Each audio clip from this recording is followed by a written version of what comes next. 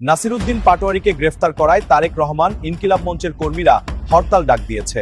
ভারতীয় রক্ত এখন বিএনপি নামক দলটির উপরে ভর করেছে। নাসিরউদ্দিন পাটোয়ারী এই বক্তব্য দেওয়ার পুলিশে গ্রেফতার হয় তারেক রহমান সরাসরি গ্রেফতার করায় পুলিশ দিয়ে। এদিকে আজ নাসিরউদ্দিন পাটোয়ারী তারেক রহমানকে নিয়ে সরাসরি রাজপথে গালি দিয়েছে। তারেক রহমান নাসিরউদ্দিন পাটোয়ারীকে এই মুহূর্তে গ্রেফতার করায় ইনকিলাব মঞ্চের কর্মীরা হরতাল ডাক দিয়েছে 3 দিনের। ত্রয়োদশ সংসদ নির্বাচনে বিজয়ের পর বিএনপির নেতৃত্বে নতুন সরকার শপথ নিচ্ছে মঙ্গলবার। সংসদ ভবনের দক্ষিণ প্লাজায় ওই দিন সকালে নবনির্বাচিত সংসদ সদস্য, বিকালে শপথ নেবেন নতুন প্রধানমন্ত্রী ও মন্ত্রী পরিষদের সদস্যরা। ফলাফল ঘোষণার পরও যেন আলোচনা থেমে নেই এই আসনকে ঘিরে, কারণ এই আসনের একদিকে ছিলেন বিএনপির হেভিওয়েট নেতা মির্জা আব্বাস, অন্যদিকে ছিলেন নতুন প্রজন্মের আলোচিত মুখ নাসিরউদ্দিন পাটোয়ারী। দর্শক, নতুন সরকার আসতে এখনো 2-3 দিন যখন বাকি, তখন নতুন সরকারের উপরে অলরেডি চাপ সৃষ্টি করা শুরু হয়েছে এবং বিদেশি চাপ তৈরি হয়েছে। কমনওয়েলথ থেকে নতুন চাপের খবর আসলো এবং আপনার ভোট হয়ে গেছে, ক্ষমতায় বিএনপি চলে গিয়েছে। সো এখন হচ্ছে যে তারেক রহমানের যে বলা ছিল আই হ্যাভ এ প্ল্যান, কি সেই প্ল্যান? ভোটের মাঠে হেরে গিয়েও কি সংসদে যাওয়া সম্ভব? আপাত দৃষ্টিতে অসম্ভব মনে হলেও রাজনীতির এই নতুন দাবা খেলায় ঠিক সেটাই ঘটেছে। মির্জা আব্বাসের কাছে ভোটে হেরেছেন ঠিকই, কিন্তু সংসদের দরজা তার মুখের উপর বন্ধ হয়নি। একদিকে শোনা যাচ্ছে হেরে গিয়েও নাসিরউদ্দিন পাটোয়ারী সংসদে যেতে পারবেন, অন্যদিকে আজকে নাসিরউদ্দিন পাটোয়ারী বিস্ফোরকমূলক বক্তব্য দিয়ে তুপের মুখে পড়ে এবং তারেক রহমান সরাসরি অ্যাকশন নেন নাসিরউদ্দিন পাটোয়ারীর বিরুদ্ধে। এক প্রকার গ্রেপ্তার হয় অনেকেই এই নির্বাচনকালীন পরবর্তী সময়ে। দর্শক শ্রোতা, আপনারা জানেন নির্বাচনের পরবর্তী সময়ে এখনো রাজপথ উত্তাল রয়েছে। যেই নেতাকর্মীরা হেরে গিয়েছে তারা রাজপথে নেমে যুদ্ধের ঘোষণা দেয় বা হুঁশিয়ারি দেয় তার বিরোধী দলের বিরুদ্ধে। আপনারা দেখতে পারবেন সর্বশেষ নাসিরউদ্দিন পাটোয়ারীর কি হয় এবং এই নিয়ে তারেক রহমানও একটা বিপদে পড়েন, সেইটাও দেখতে পারবেন। ভোটের মাঠে হেরে গিয়েও কি সংসদে যাওয়া সম্ভব? আপাত দৃষ্টিতে অসম্ভব মনে হলেও রাজনীতির এই নতুন দাবা খেলায় ঠিক সেটাই ঘটেছে। মির্জা আব্বাসের কাছে ভোটে হেরেছেন ঠিকই, কিন্তু সংসদের দরজা তার মুখের উপর বন্ধ হয়নি। পেছনে দরজা দিয়ে নয়, বরং রাজকীয় হালে বুক ফুলিয়ে সংসদে ঢুকতে যাচ্ছেন জুলাই বিপ্লবের অগ্নিকণ্ঠ নাসিরউদ্দিন পাটোয়ারী। হ্যাঁ, যা শুনছেন তা ভুল কোনো তথ্য নয়। ঢাকা 8 আসনে মির্জা আব্বাস বিজয়ী, কিন্তু নাসিরউদ্দিন পাটোয়ারীও এমপি। এই অদ্ভুত সমীকরণটি কিভাবে মিলল? মাত্র 3 থেকে 4 হাজার ভোটের ব্যবধান কিভাবে বাংলাদেশের রাজনীতির ইতিহাস বদলে দিল? আজকের ভিডিওতে আমরা উন্মোচন করব এই রোমাঞ্চকর রাজনৈতিক নাটকের নৈপথ্যের আসল গল্প। ঢাকা 8 আসন, মতিঝিল, শাহজাহানপুর আর পল্টনের মতো এলাকা নিয়ে গঠিত এই আসনটি বরাবরই বিএনপির দুর্গ। আর এই দুর্গের সেনাপতি মির্জা আব্বাস, যার অর্থবিত্ত, পেশি শক্তি এবং দশকের পর দশক ধরে তৈরি করা ভোট ব্যাংক, সব মিলিয়ে তাকে হারানোটা অনেকটা বাঘের গুহায় গিয়ে বাঘ শিকারের মতো। অন্যদিকে ছিলেন নাসিরউদ্দিন পাটোয়ারী, যার সম্বল ছিল কেবল জুলাই বিপ্লবের চেতনা, তারুণ্যের সাহস আর পরিবর্তনের স্বপ্ন। নির্বাচনের আগে বিশ্লেষকরা ধরেই নিয়েছিলেন আব্বাস অন্তত 20 থেকে 30 হাজার ভোটের ব্যবধানে হেসে খেলে জিতে যাবেন, কিন্তু ফলাফল আসার পর সবার চোখ কপালে উঠল। মাত্র 3.5 থেকে 4 হাজার ভোট। মির্জা আব্বাসের মতো হেভিওয়েট প্রার্থীর বিরুদ্ধে এই সামান্য ভোটের ব্যবধান প্রমাণ করে দিয়েছে লড়াইটা কতটা হাড্ডাহাড্ডি ছিল। নাসিরউদ্দিন পাটোয়ারী হেরেছেন, কিন্তু এই হার আসলে হারের চেয়েও বেশি কিছু। এটি একটি বিশাল নৈতিক বিজয় বা মোরাল ভিক্টরি। কিন্তু আসল টুইস্টটা এখানেই।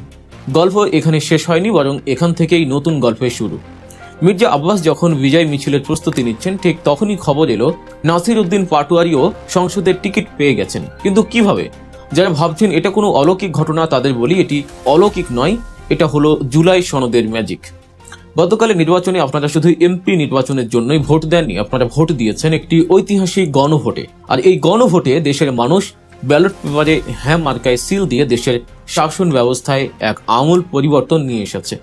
বিষয়টি পরিষ্কার করার আগে যারা এখনো আমাদের চ্যানেল গল্প নিউজ সাবস্ক্রাইব করেননি, তারা এখনই সাবস্ক্রাইব করে বেল আইকনটি চেপে দিন, কারণ রাজনীতির এমন সব গভীর বিশ্লেষণ আমরাই সবার আগে আপনার কাছে পৌঁছে দিই। ফিরে আসছি মূল আলোচনায়। জুলাই সনদে স্পষ্টভাবে বলা ছিল বাংলাদেশে সংসদ আর আগের সংসদের মতো থাকবে না। সংসদ হবে দ্বিকক্ষ বিশিষ্ট বা 2 হাউস পার্লামেন্ট। এর একটি হলো নিম্নকক্ষ বা লোয়ার হাউস, যেখানে 300টি আসন, আর অন্যটি হলো উচ্চকক্ষ বা আপার হাউস, যেখানে আসন সংখ্যা 100। মির্জা আব্বাস জিতেছেন নিম্নকক্ষে। নিম্নকক্ষের নিয়ম হলো যিনি বেশি ভোট পাবেন তিনিই জিতবেন। একে বলা হয় first past the post system. এখানে টাকার খেলা, পেশি শক্তি আর স্থানীয় প্রভাবই শেষ কথা বলে। মির্জা আব্বাস সেই পুরনো ফরম্যাটেই তার আসন ধরে রেখেছেন, কিন্তু উচ্চ কক্ষ বা আপার হাউসের খেলাটা সম্পূর্ণ ভিন্ন। এখানে কোন ব্যক্তি সরাসরি ভোটে দাঁড়ান না, এখানে ভোট হয় দলের নামে। একে বলা হয় আনুপাতিক প্রতিনিধিত্ব বা পিআর সিস্টেম। নিয়মটা খুব সহজ। সারা দেশে একটি দল যত শতাংশ ভোট পাবে, উচ্চকক্ষের 100টি আসনের মধ্যে ঠিক তত শতাংশ আসন সেই দল পাবে। ধরা যাক নাসিরউদ্দিন পাটোয়ারির দল জাতীয় নাগরিক পার্টি বা এনসিপি সারা দেশে মোট ভোটের 5% পেয়েছে, তাহলে উচ্চকক্ষের 100টি আসনের মধ্যে 5টি আসন এনসিপি পাবে। আর দলের নিয়ম অনুযায়ী এই তালিকার 1 নম্বরে আছেন নাসিরউদ্দিন পাটোয়ারি। অর্থাৎ জনগণের সরাসরি ভোটে অল্পের জন্য হারলেও জনগণের দলীয় ভোটের সমর্থনে তিনি ঠিকই আইন প্রণেতা হিসেবে সংসদে যাচ্ছেন। তাহলে সংসদে গিয়ে নাসিরউদ্দিন পাটোয়ারির কাজ কি হবে, আর মির্জা আব্বাসের কাজই বা কি হবে? এখানে তৈরি হচ্ছে এক চমৎকার ফিউশন। মির্জা আব্বাস একজন অভিজ্ঞ পার্লামেন্টারিয়ান। ঢাকার অলিগলি তার চেনা, এলাকার রাস্তাঘাট, ড্রেনেজ ব্যবস্থা বা স্থানীয় উন্নয়ন, এসব কাজ তিনি তার দীর্ঘ অভিজ্ঞতা দিয়ে সামলাবেন। নিম্নকক্ষের এমপি হিসেবে এলাকার মানুষের দৈনন্দিন সমস্যা সমাধানই হবে তার প্রধান কাজ। ওদের তো সংসদে যাওয়া উচিত, তার মানে হলো কিছু লোককে তারা পাশ করুক ফেল করুক সংসদে। অন্যদিকে নাসিরউদ্দিন পাটোয়ারি উচ্চকক্ষে বসবেন একজন পলিসি মেকার বা নীতি নির্ধারক হিসেবে। অত্যন্ত মর্মাহত এবং দুঃখ নিয়ে দাঁড়িয়েছি। বাংলাদেশে যে ঘটনাটি ঘটেছে এটা একটি নির্মম ইতিহাস। আপনারা জানেন যে 71 সালে এই ধরনের কাহিনী আমরা দেখেছি। নারীদেরকে রেপ করা, নারীদেরকে বাড়ি থেকে তুলে নেওয়া, যেই সংস্কৃতিটা, সেই সংস্কৃতির বীজ এবং রক্ত বিএনপির মধ্যে নির্বাচনের মধ্য দিয়ে ভর করেছে। কেন করেছে? কারণ এই ইলেকশনে ভারতীয় শক্তির সাথে যেভাবে হাসিনা আঘাত করে চলেছিল এবং হাসিনার সন্ত্রাসী বাহিনী ধানের শীষে ভোট দেওয়ার কারণে যেভাবে রেপ করেছিল, তেমনিভাবে ভারতীয় রক্ত এখন বিএনপি নামক দলটির উপরে ভর করেছে। সেই জন্য তারা গণ অভ্যুত্থান থেকে গড়ে ওঠা জাতীয় নাগরিক পার্টি শাপলাকলি প্রতীকে ভোট দেওয়ার কারণে আমাদের সম্মানিত বোনকে যেভাবে তারা দর্শন করলো, গণদর্শন, এটা বাংলাদেশে ইতিহাসে একটি নজিরবিহীন ঘটনা হয়ে থাকলো। কেন তারা করেছে? এই ইলেকশনে মা এবং বোনেরা সবাই এগিয়ে এসে দাঁড়িপাল্লা শাপলাকলিতে ভোট দিয়েছিলেন। তারা জালেমের জুলুমতন্ত্রের বিরুদ্ধে দাঁড়িয়েছিলেন। যদি এটা অন্যায় হয়, এবং আমরা বিভিন্ন জায়গায় দেখেছি আমাদের অনেক ভাইকে খুন করা হচ্ছে, বাড়িঘর হামলা এবং মামলার মধ্য দিয়ে তাদেরকে নিয়ে যাওয়া হচ্ছে। আমরা অতি দ্রুত বাংলাদেশে নারীদের জন্য নিরাপদ একটি বাংলাদেশ চাই, যেই বাংলাদেশে ভারতীয় শক্তির নতুনভাবে আতাত গোষ্ঠী বিএনপি কোনো নারীদের উপরে ধর্ষণ তো দূরের কথা, একটি কটু কথা বলার সুযোগ পাবে না। এই জন্য বাংলাদেশের জনগণকে নতুনভাবে লড়াইয়ের আমরা আহ্বান জানাচ্ছি। এবং আপনারা জানেন যে আমাদেরকে যেইভাবে ঢাকা 8 আসনে হারানো হয়েছে ভোট চুরির মাধ্যমে, আমি বলেছিলাম আপনাদেরকে এই ইলেকশনে ইঞ্জিনিয়ার তারেক রহমান প্রধানমন্ত্রী হওয়ার দিকে যাচ্ছে। তারেক রহমান উনি যেই ধরনের ইঞ্জিনিয়ারিং করেছেন, যেটার মধ্যে এস্টাবলিশমেন্টেরও অনেকে অংশ ছিল এবং প্রশাসনেরও অনেকে জড়িত ছিল, এটা আপনারা জনগণের উপরে একটি জুলুমতন্ত্র চাপিয়ে দিলেন। আমরা শুনতে পাচ্ছি অনেক উপদেষ্টা সেফ এক্সিট নেওয়ার চিন্তা করছেন। আমরা দেশবাসীকে আহ্বান জানাবো, উপদেষ্টাদেরকে আহ্বান জানাবো যে সেফ এক্সিট নেওয়ার আগে সম্পদের হিসাব বিবরণী দিন। জনগণের সামনে কি কাজ করেছেন এতদিনে সেই বিষয়ে আপনাদের সালতামামি প্রকাশ করুন। এবং ডক্টর ইউনূস, আপনি যেই ধরনের ইঞ্জিনিয়ারিংয়ের সহযোগিতা করেছেন এই ঘৃণ্য বাংলাদেশ, এটা ইতিহাসে মনে রাখবে। আমরা বলেছিলাম, আপনি যখন লন্ডনে গিয়েছিলেন তখন আমরা উচ্চারণ করেছিলাম লন্ডনে আপনি সিজদা দিয়েছেন, কিন্তু সেটার ফলস্বরূপ যেটা আমরা দেখলাম বাংলাদেশের এই নির্বাচনে প্রশাসনকে কাজে লাগিয়ে বাংলাদেশের সবচেয়ে বড় আলেম আল্লামা মির্জা আব্বাস এই সমস্ত অর্বাচীন বালকদের হাত থেকে দেশটাকে রক্ষা করতে হবে। সবাই শাপলাকলিতে ভোট দিতেছে, এটা বলতেছে। নানা জল্পনার অবসান ঘটিয়ে অবশেষে অনুষ্ঠিত হয়েছে দেশের ত্রয়োদশ জাতীয় সংসদ নির্বাচন।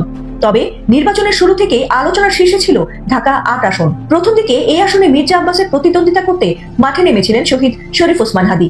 পরে তার শহীদ হবার পর শূন্যতা পূরণের জন্য এই আসনে 11 দলীয় জোটের প্রার্থী হিসেবে মনোনীত হয়েছিলেন এনসিপির নাসিরউদ্দিন পাটোয়ারি। আর মনোনয়ন পেয়ে নির্বাচনী প্রচারণায় সাধারণ মানুষের আগ্রহের কেন্দ্রবিন্দু হয়ে ওঠেন এই তরুণ এনসিপি নেতা। সবাই সাতলাকলিতে ভোট দিতেছে, এটা বলতেছে। তবে ফলাফল ঘোষণার পরও যেন আলোচনা থেমে নেই এই আসনকে ঘিরে, কারণ এই আসনের একদিকে ছিলেন বিএনপির হেভিওয়েট নেতা মির্জা আব্বাস, অন্যদিকে ছিলেন নতুন প্রজন্মের আলোচিত মুখ নাসিরউদ্দিন পাটোয়ারি। আর নির্বাচনী প্রচারণা জুড়ে তাদের দুজনের বাকযুদ্ধ এবং রাজনৈতিক অবস্থানে এই আসনটি হয়ে উঠেছিল রীতিমতো টক অফ দ্য টাউনে। আরে ভাই ঘুম থেকে উঠে আলাম আমরা। ফলাফল ঘোষণার পর তাতে মির্জা আব্বাস বিজয়ী হলেও থেমে থাকেননি নাসিরউদ্দিন পাটোয়ারির ভক্ত সমর্থকরা। এমনকি ভোট পুনর্গণনারও দাবি জানিয়েছিলেন তারা। তবে ভোট পুনর্গণনার আর কোনো সুযোগ নেই বলে জানিয়েছে ইসি। আর তাতে হতাশা ছড়িয়ে পড়ে সবার মধ্যে, এমনকি সামাজিক মাধ্যমগুলোতেও। কারণ তাদের প্রিয় নেতা নাসিরউদ্দিনকে তারা সংসদে দেখার সুযোগ হয়তো আর পাবেন না। তবে এবারের নির্বাচনের নতুন বাস্তবতায় সুখবর রয়েছে নাসিরউদ্দিনের ভক্ত সমর্থকদের। গতকালকে রাত্রে কিছু উদ্ভূত পরিস্থিতি হয়েছে। রাজনৈতিক বিশ্লেষকরা বলছেন এই নির্বাচন থেকেই দেশের সংসদ ব্যবস্থায় আসতে চলেছে বড় ধরনের পরিবর্তন। আর তা হলো দ্বিকক্ষ বিশিষ্ট পার্লামেন্ট। যদি বাংলাদেশে দ্বিকক্ষ বিশিষ্ট সংসদ কাঠামো চালু হয়, তাহলে নিম্নকক্ষে থাকবেন সরাসরি নির্বাচিত প্রতিনিধিরা, আর উচ্চকক্ষ হবে পিআর বা আনুপাতিক হারে প্রতিনিধিত্বের ভিত্তিতে।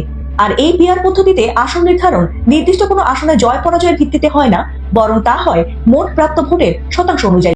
রাজনীতিতে ফরমাল বিরোধী দল হওয়ার আগেই, সংসদ সদস্যদের শপথ অনুষ্ঠানের আগেই জামাত যে স্মার্ট রোল প্লে করছে, আমি দেখতে পাচ্ছি শুধু জামাতের অপার সম্ভাবনা। জামাত জেগে উঠেছে এবং জনপ্রিয়তা জামাতের দিকে ঘুরে আসছে। বিশেষ করে নির্বাচনে জেতার পর বিএনপির যে সন্ত্রাস, এর প্রতিবাদে মানুষ তাদের উপর বিরক্ত হচ্ছে এবং জনগণের পাশে যেভাবে জামাত দাঁড়াচ্ছে। জামাতের দুর্বলতা ছিল যে জনগণ তাদেরকে ভোট দিয়েছে, কিন্তু অনেক জায়গায় বিএনপি কারচুপি করে জিতে গিয়েছে। কমপক্ষে 30 জায়গায় কারচুপি করে জামাতকে হারিয়ে দেওয়া হয়েছে। এখন ওই সময় কারচুপি ঠেকাতে পারেনি, এটা একটা ব্যর্থতা। কিন্তু জামাত এখন এটা নিয়ে কাজ করছে, আইনি পথে হাঁটছে, রাজনৈতিকভাবে বিষয়টা দেখছে। দর্শক, ইলেকশন ইঞ্জিনিয়ারিং হয়েছে কমপক্ষে 30 জায়গায় এবং ছোট আকারে অনেক জায়গায় হয়েছে, কিন্তু ফলাফল পাল্টে দেওয়ার মতো ঘটনা ঘটেছে 30 জায়গায়। তথ্য প্রমাণ সামনে আসছে এবং তারেক রহমানও বিষয়টা নিয়ে বিব্রত। খালেদ মহিউদ্দিন প্রশ্ন করেছেন, কিন্তু তারেক রহমান কিন্তু কোনো উত্তর দিতে পারেনি, তিনি এড়িয়ে গিয়েছেন। বলেন যে জনগণকে কনভিন্স করে আমাদের ইলেকশন ইঞ্জিনিয়ারিং। আর ভাই, এটা তো আপনাকে জিজ্ঞেস করেনি, আপনাকে জিজ্ঞেস করেছে ফলাফল টেম্পারিং এর সাথে আপনি জড়িত কিনা। এটা বুঝেন না আপনি প্রধানমন্ত্রী হচ্ছেন না। এটা এইভাবে হাসিনা স্টাইলে এড়িয়ে যাওয়া যাবে না। জনগণের সামনে ব্যাখ্যা দিতে হবে স্বচ্ছতা, কোনো অন্যায় হয়ে থাকলে তার বিচার করতে হবে, ন্যায় বিচার। জামাত যদি 3টা সিট পায় 3টা সিট দিতে হবে, কোনো সিট না পেলে না পায়, কিন্তু ফেয়ার হতে হবে। এই ন্যায় বিচার তারেক রহমানকে নিশ্চিত করতে হবে। দর্শক, জামাত এবং শিবির স্মার্ট পলিটিক্স করছে। শিবির বিশেষ করে ডাকসু সংবাদ সম্মেলন করে হুঁশিয়ারি দিয়েছে, জুলুম নির্যাতন বন্ধ করতে হবে, নইলে খবর আছে হল দখল করতে আসলে আমরা প্রতিরোধ করব। মানে এগুলো রাজনীতিকে ব্যালেন্স করবে এবং জামাত সবকিছু সমস্ত অপকর্ম জাতির সামনে তুলে ধরছে এবং স্থানীয় প্রশাসনের সাথে কথা বলছে, অন্তর্বর্তীকালীন সরকারের সাথে কথা বলছে। তারেক রহমান বিএনপি হাইকমান্ডকেও বলছে যে আপনারা ভালো হয়ে যান, নিয়ন্ত্রণ করেন, নইলে কিন্তু অবস্থা খারাপ হবে। এবং নির্বাচনের ফলাফল গণনায় বা যে অনিয়ম হয়েছে সেটা সামনে এনে জামাত ডিসাইসিভ অ্যাকশন নিচ্ছে। জামাতের সংবাদ সম্মেলন, 30 আসনে ফলাফল স্থগিত, ভোট পুনর্গণনার দাবি জামাতের। এর মানে এই 30 আসন নিয়ে জামাতের সিবিআর প্রশ্ন। দেখেন, এর আগে কেন প্রশ্ন করেনি, কেন করে? রাজনৈতিক বক্তব্য পাল্টা বক্তব্যের দিন শেষ। আপনার ভোট হয়ে গেছে, ক্ষমতায় বিএনপি চলে গিয়েছে। সো এখন হচ্ছে যে তারেক রহমানের যে বলা ছিল আই হ্যাভ এ প্ল্যান, কি সেই প্ল্যান? তো এই প্ল্যান নিয়ে নানান ধরনের আলোচনা সমালোচনা রাজনৈতিকভাবে অনেকে করেছেন। বাট আজকে যখন আমরা দেখলাম যে নির্বাচন পরবর্তী যে সংবাদ সম্মেলন হলো, সেই সংবাদ সম্মেলনে তিনি যে বক্তব্য দিয়েছেন, বিশ্বাস করেন যদি এই জায়গায় বিএনপির ইথোলজি অথবা আইডিওলজি সারা বাংলাদেশের নেতাকর্মীরা মাইনা চলে, তাহলে বিএনপি এই 5 বছর না, এর পরের 5 বছরও ক্ষমতায় থাকবে। কিন্তু প্রশ্ন হচ্ছে, দলের শীর্ষ পর্যায় থেকে যে সকল বার্তা পাঠানো হয়, একদম লোকাল গ্রাম পর্যায়ের অথবা দেশে বিদেশে ছড়িয়ে থাকা যে কর্মীরা, তারা কি সেটা ফোকাস করছে? আসুন দেখি জনাব তারেক রহমান কি বক্তব্য দিয়েছেন, আর এতে কেনই বা আওয়ামী লীগের জামাতের নেতাকর্মীদের খুশি হওয়ার কথা। তবে সবচেয়ে বেশি আওয়ামী লীগের যারা সাপোর্টার আছেন তারা খুশি হয়েছেন। জাতীয় সংসদ নির্বাচন পরবর্তী পরিস্থিতিতে দেশে যে শান্তি শৃঙ্খলার মানে ডিস্টারবেন্স আছে, সেটাকে বজায় রাখার উপর সর্বোচ্চ গুরুত্ব আরোপ করেছেন আপনার জনাব তারেক রহমান। তিনি বলছেন যে কোনো মূল্যে আইন শৃঙ্খলা স্বাভাবিক রাখতে হবে এবং এই অংশটা খুবই গুরুত্বপূর্ণ, কোনো ধরনের সহিংসতা, প্রতিশোধ বা উস্কানিমূলক কর্মকাণ্ড বরদাস্ত করা হবে না। অর্থাৎ ক্ষমতায় পাওয়ার পরে এখন যেহেতু যারা বিএনপি নির্বাচিত হয়েছেন, এমপি হয়েছেন, তো তাদের যারা নেতাকর্মী অনেকে আওয়ামী লীগের দ্বারা লাঞ্ছিত হয়েছেন, মিথ্যা মামলার শিকার হয়েছেন, নানান ধরনের ডিস্টারবেন্স হয়েছেন, অনেকের বিরুদ্ধে ব্যবস্থা নেওয়া হয়ে গেছে, আবার অনেকে আপনার হয়তো এখনো ধরাছোঁয়ার বাহিরে আছে, অথবা দর্শক আপনারা তো দেখলেন এখানে কি কথা হচ্ছে। এখানে দেখতে পাচ্ছি নাসিরউদ্দিন পাটোয়ারি নিয়ে কথা হয়। নাসিরউদ্দিন পাটোয়ারি যে সংসদে যেতে পারবেন এবং নাসিরউদ্দিন পাটোয়ারিও তার নিজের মুখে অনেক বিস্ফোরকমূলক কথা বলে হুঁশিয়ারি দেয় বিএনপি দলকে। এগুলো এখানে দেখানো হয়েছে। এই বিষয়গুলো দেখে এবং দেশের রাজনৈতিক প্রেক্ষাপটগুলো নিয়ে আপনাদের মন্তব্য কি? আপনাদের গুরুত্বপূর্ণ মন্তব্যটা অবশ্যই আপনারা আমাদের কমেন্ট বক্সে লিখে যাবেন। আর হ্যাঁ, এখন আপনাদেরকে আমরা যা কিছু দেখিয়েছি সব কিছু আমরা সোশ্যাল মিডিয়া থেকে সংগ্রহ করেছি। এখানে আমাদের নিজস্ব কোনো মন্তব্য নেই বা আমাদের নিজস্ব কোনো সিদ্ধান্ত নেই। সর্বশেষ আপনাদের কাছে আমাদের একটা রিকোয়েস্ট থাকবে, আপনারা আমাদের চ্যানেলে নতুন দর্শক হয়ে থাকলে চ্যানেলটি সাবস্ক্রাইব করবেন এবং পাশে থাকা বেল বাটনটি বাজাবেন যাতে করে নেক্সট ভিডিওটা সবার আগে আপনাদের কাছে পৌঁছে যায়। ধন্যবাদ।